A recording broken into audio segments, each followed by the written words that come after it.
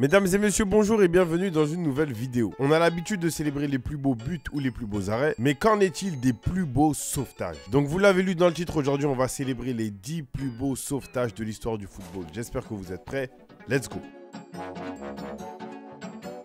On va commencer avec le premier sauvetage incroyable et c'est Tano Bonin. Tano Bonin, c'est un joueur de Valence B et durant un match face à l'Hospitalet, il va sauver un but grâce à une espèce de bicyclette totalement incroyable. Mais quand je vous dis incroyable, vous avez juste à voir les images par vous-même. Le joueur a effectué un espèce de saut à une hauteur vraiment incroyable qui lui a permis de sauver ce but. Le seul truc que je me dis, c'est qu'il a dû vraiment se faire mal en retour.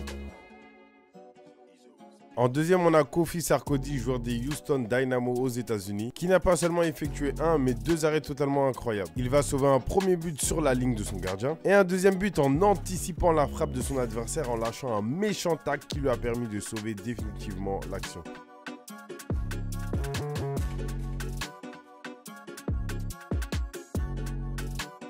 Numéro 3, comment oublier ce fameux sauvetage? Bien que malheureusement la carrière de Boateng ait connu un avant et un après suite à sa rencontre avec Lionel Messi, Jérôme Boateng avait effectué un sacré sauvetage dans un match face à l'Ukraine où a priori il partait pour mettre un but contre son camp à la base. Finalement dans sa course et durant sa chute, dernier instant, c'est-à-dire sur la ligne de but, il va réussir à empêcher le ballon de rentrer et à sauver l'action. Numéro 4, un autre sauvetage assez connu. Évidemment, j'étais obligé d'en parler parce que je suis barcelonais, vous le savez très bien, chers amis. Il s'agit du sauvetage de Carlos Puyol face au Lokomotiv en Ligue des Champions. Après que le gardien se soit fait éliminer, Carlos Puyol va anticiper l'action et foncer droit au but. Et il va tout simplement gauler en réalité, mais sans les mains. Après cette action, vraiment, je me suis dit que Carlos Puyol aurait peut-être fait un incroyable gardien de but.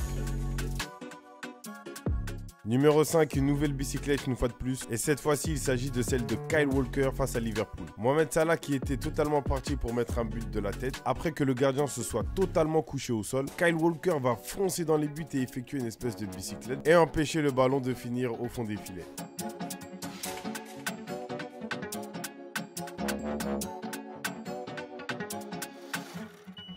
Numéro 6, Ben Mee face à Reading en Angleterre. Honnêtement, cette action-là, c'est pour moi la définition du dévouement, le sens du sacrifice. J'ai rarement vu un tel sauvetage où la personne s'est donné corps et âme, enfin surtout corps, pour sauver une action. Après un premier arrêt du gardien sur coup franc, Ben Mee va totalement se jeter au sol et offrir sa tête pour contrer le ballon et l'empêcher de rentrer dans les cages. En toute honnêteté, le type de coéquipier qu'on aimerait tous avoir.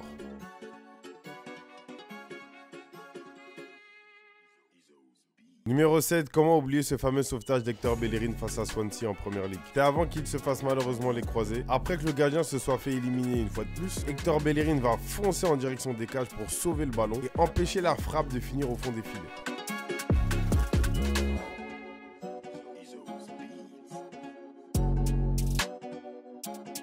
Sauvetage numéro 8, retour en France un petit peu. Cette fois-ci, on a un fabuleux sauvetage de Mathieu Peybernes face au Stade Rennais, où il va lui aussi sauver le ballon non pas une, mais deux fois de suite, ce qui va carrément permettre au gardien de but de se relever et d'arrêter le ballon sur une troisième tentative des joueurs de Rennes. Je vous dis la vérité, je suis coach, les trois qui ont tiré, je les fais sortir. Je rigole bien évidemment, ou pas.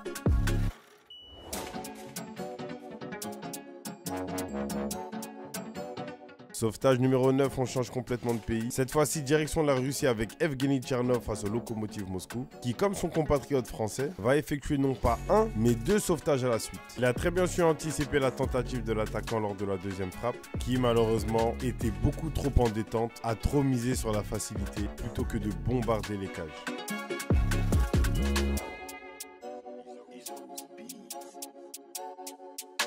Dernier sauvetage, Alessandro Florenzi face à l'Allemagne. En toute honnêteté, Florenzi, il a des réflexes de malade mentaux. Parce que vraiment, je ne sais pas comment il a fait pour dégainer son pied à la dernière seconde. Et c'est ce qui a permis de sauver ce but. Car croyez-moi, cette frappe de Müller, elle allait sûrement tout droit au fond des filets.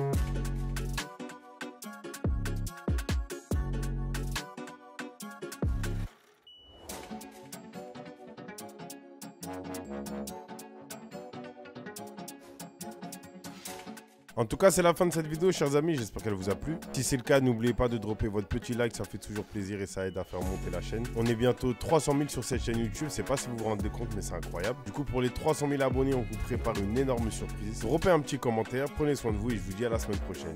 Bye.